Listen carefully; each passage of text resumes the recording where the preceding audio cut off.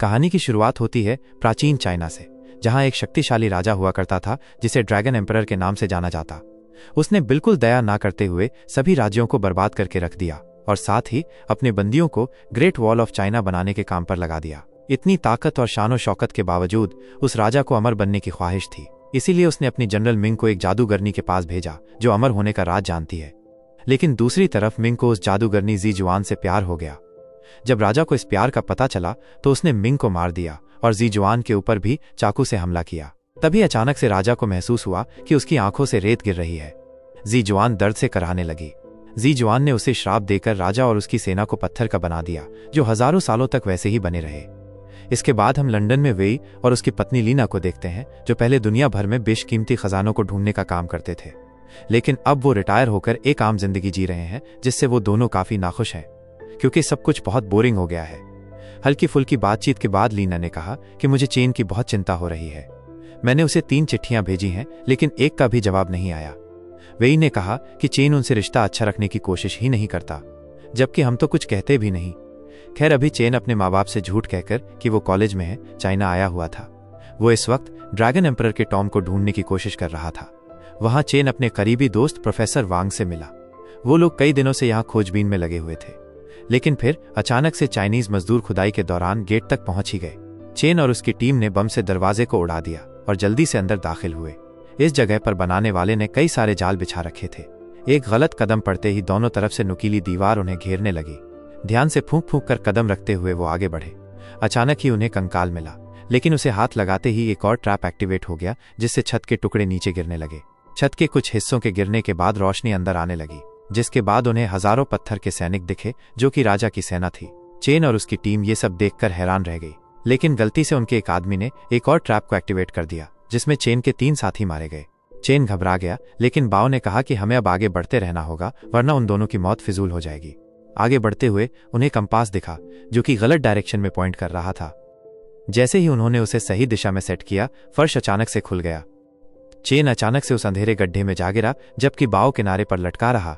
Chain नीचे गिरकर थोड़ा घबराया हुआ था। वो उस कमरे को बड़े ध्यान से देखने लगा। उसे हर तरफ खोपड़ियां और हड्डियां दिखाई दी। टॉर्च की मदद से जब उसने आसपास देखना शुरू किया तो उसे कमरे के बीच में एक पत्थर की मूर्ति दिखाई दी, जो कि खुद पत्थर बना हुआ वही ड्रैगन एम्परर था। चेन ने तुरंत बाओ को अपनी खोज के बारे में बताया और बहुत खुश हुआ, लेकिन जब ऊपर से बाओ का कोई जवाब नहीं आया तो चेन सोच में पड़ गया। तभी अचानक एक हत्यारे ने चेन के ऊपर हमला कर दिया। उसने चेन को एक बंद होते दरवाजे में फंसाने की कोशिश की, लेकिन चेन ने एक पुराने वास को अड़ाकर दरवाजे को रोक दिया। थोड़ी जद्दोजहद के बाद अचानक हत्यारे का चेहरा दिखाई दिया, जो कि एक लड़की थी। तभी अचानक बाओ वहां पहुंच गया और चेन को बचाने के लिए गोलियां चलाने लगा, जिसके बाद वो हमलावर वहां से भाग गई और चेन बच गया। उधर इंग्लैंड में ब्रिटेन की स्पेशल फोर्सेस का एक एजेंट फेंग, वेई और लीना से मिला और उन्हें एक आखिरी मिशन के लिए मनाया। मैं जानता हूं आप रिटायर हो चुके हैं, लेकिन ये काम बहुत जरूरी है।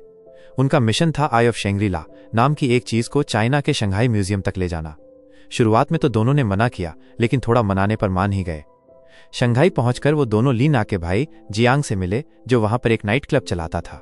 कुछ देर बाद चेन को किसी आदमी ने क्लब की किचन से बाहर फेंक दिया। वे तुरंत उसे बचाने के लिए आगे बढ़ा, लेकिन तभी उसने इस आदमी को पहचान लिया। उसका नाम मैड डॉग बो है और वो दोनों पहले एक दूसरे के साथ काम कर चुके हैं।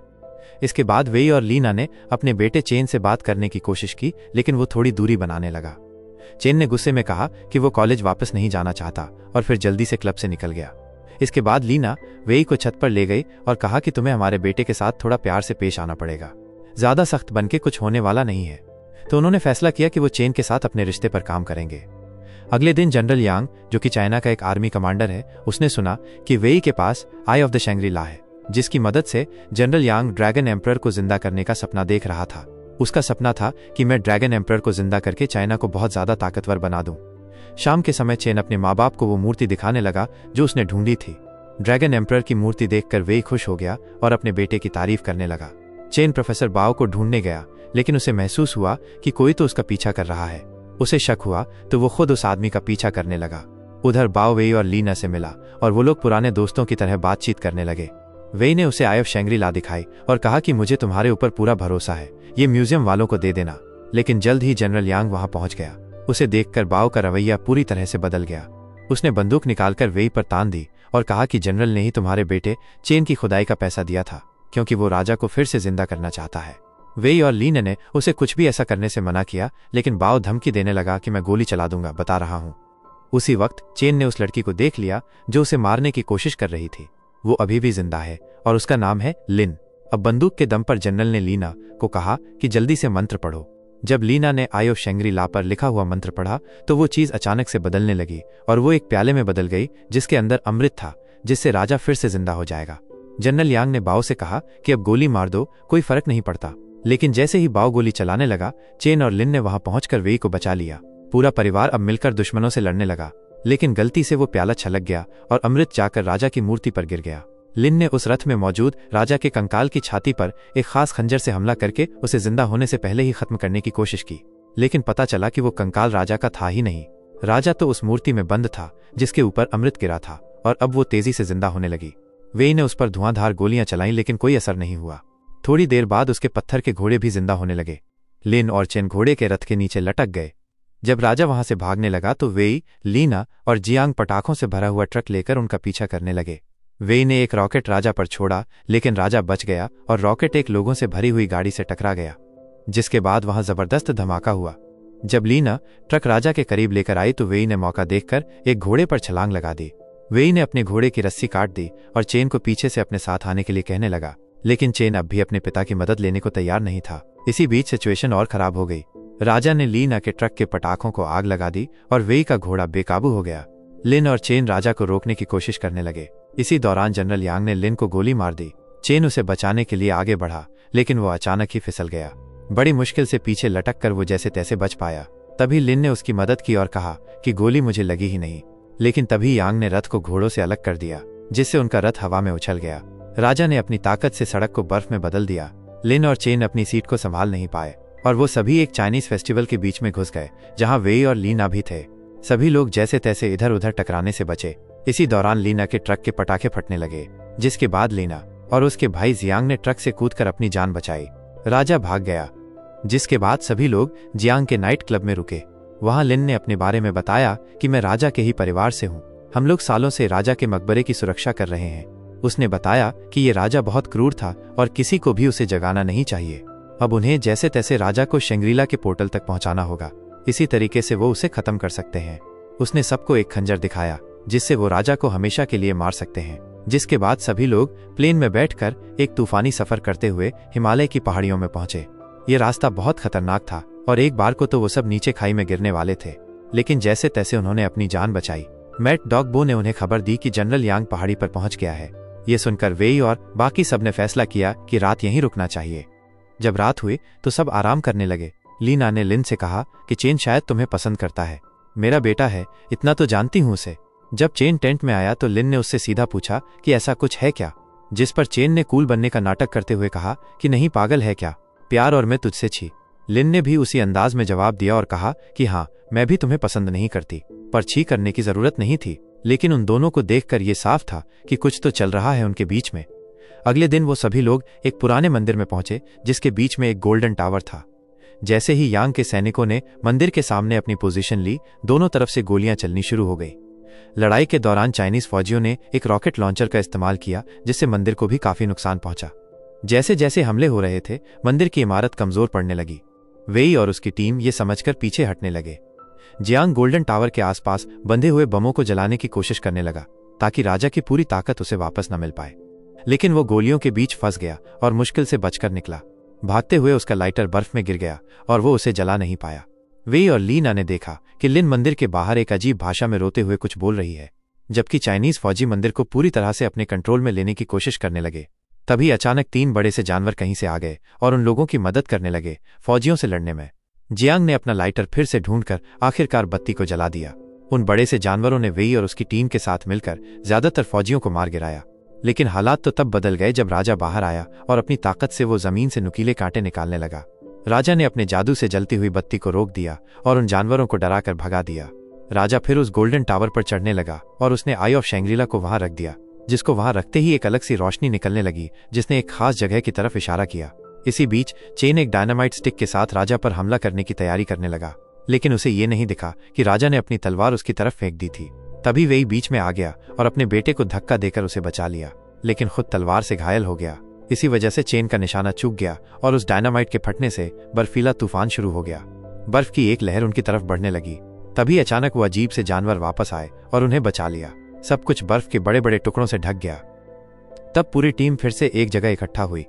जब उन सबको पता चला कि वे मरने के बहुत करीब है, तो लिन ने उन सब से कहा कि जल्दी मेरे साथ चलो। जल्द ही वो लोग एक गुफा में पहुंचे जहां उनकी मुलाकात जी जुआन से हुई, जो कि आज तक जिंदा है और लिन की माँ है। चेन को तुरंत समझ आ गया कि लिन और उसकी माँ दोनों अमर हैं। जी जुआन ने सबको आराम करने को कहा और वेई का इलाज करने लगी। जी जुआन ने बताया कि वो यहाँ तब से रह रही है जब कई 100 साल पहले एम्परर ने उसे चाकू मार दिया था। उस वक्त इन अजीब से दिखने वाले जानवरों, जिन्हें येटीज भी कहा जाता है, उन्होंने उसकी जान बचाई। जब वेई का इलाज चल रहा था तो चेन लिन के पास गया और कहा कि पहले मैं कूल बन रहा था, लेकिन मैं सच में तुमसे प्यार करता हूँ। इस पर लिन ने मना करते हुए कहा कि देखो, मैं अपनी माँ की तरह नहीं बनना चाहती। उन्होंने जनरल मिंग से सच्चे दिल से प्यार किया और फिर सदियों तक उसकी मौत का गम मनाती रही। तुम तो बूढ़े होकर मर जाओगे, मैं क्या करूंगी तुम्हारे बिना। इस सब के बीच जियांग वहां आया और बताया कि वेई को अब होश आ गया है। जब चेन अपने पिता से मिलने कमरे में गया तो उसने अपना पूरा दिल खोलकर उनके सामने रख दिया। उसने अपने पिता को पूरा प्यार और इज्जत देते हुए उनसे माफी मांगी और कहा कि अब से वो एक अच्छा बेटा बनके दिखाएगा। वेई अपने बेटे के इस बदले हुए अवतार को देखकर हैरान हो गया। वो कहने लगा, नहीं, मेरी गलती है, मैं गंदा बाप हूँ। वो दोनों ही एक दूसरे से माफी मांगने लगे। तब जी जुआन ने भी लिन से कहा कि मैं अपने अमर होने का बोझ उतार दूंगी ताकि तुम एक नॉर्मल जिंदगी जी सको। लेकिन तभी अचानक से राजा ने एक आग के गोले से उनके ऊपर हमला किया, जिससे लिन और जी जुआन अलग हो गई। दोनों औरतों को जमीन पर गिराकर राजा ने वो खंजर भी छीन लिया जो उसकी इकलौती कमजोरी थी। उस खंजर के बिना कोई उसे नहीं मार पाएगा। फिर राजा वहां मौजूद दिव्य पानी के उस पूल में उतर गया ताकि वो पूरी तरह से ठीक हो जाए। उस पूल के अंदर से वो राजा 3 मुंह वाला ड्रैगन बनकर बाहर निकला। उसके मुंह से निकलती हुई खौफनाक आग ने पूरी गुफा को रोशन कर दिया। जी जुआन से अपना पुराना हिसाब किताब चुकता करने के लिए राजा ने लिन को किडनैप कर लिया और उसी जगह पर पहुंच गया जहां उसकी फौज कैद है। वहां उसे जनरल यांग भी मिला। उधर वेई और उसके साथी भी अपने हवाई जहाज में उनका पीछा करने लगे। जब राजा वहां पहुंचा तो वो फिर से एक इंसान में बदल गया और अपनी सेना को भरोसा दिलाने लगा कि वो पूरी दुनिया पर राज करेंगे। इस वक्त वेई और उसके साथी दूर पत्थरों के पीछे छुपे हुए थे। जल्द ही जी जुआन धरती के नीचे बनी एक गुफा में पहुंची। उसने ग्रेट वॉल ऑफ चाइना के अंदर दफन राजा के पुराने दुश्मनों को फिर से जिंदा करने के लिए मंत्र पढ़ने शुरू किए। इन लोगों को जिंदा करने के लिए उसने अपने और लिन के अमर जीवन की बलि चढ़ा दी। इस मंत्र के पूरा होते ही वो एक आम इंसान बन जाएगी। तभी अचानक जमीन से बहुत सारे कंकाल निकलने लगे और युद्ध के मैदान की तरफ दौड़ पड़े। अब वो लोग राजा की सेना से लड़ने के लिए तैयार थे। तभी वेई को एहसास हुआ कि चेन वहां नहीं है। चेन भेष बदलकर चाइनीज फौजियों के बीच में घुस गया था। जल्द ही उसने लिन को छुड़ा लिया जो उनकी कैद में थी। राजा जी जुआन के पास पहुंचा जो एक छोटे से पत्थर पर खड़ी थी। जल्द ही उन दोनों के बीच में जबरदस्त लड़ाई छिड़ गई। दोनों एक दूसरे पर तेज तर्रार हमले कर रहे थे। जी जुआन पर हमला करके राजा ने उसकी तलवार नीचे गिरा दी और फिर उसकी गर्दन पर तलवार तानकर खड़ा हो गया। जी जुआन ने उसकी तलवार को पकड़ते हुए देखा कि इसके पास तो वो खास खंजर है। वो जानबूझकर आगे बढ़ गई और चुपके से वो खंजर निकाल लिया। राजा को लगा कि वो जीत गया और उसने अपनी तलवार खींचकर जी जुआन को चट्टान से नीचे गिरा दिया। जब राजा को वहां उड़ते हुए जहाज दिखे तो वो तुरंत ही ड्रैगन में बदल गया और प्लेन को पूरी तरह तबाह कर दिया।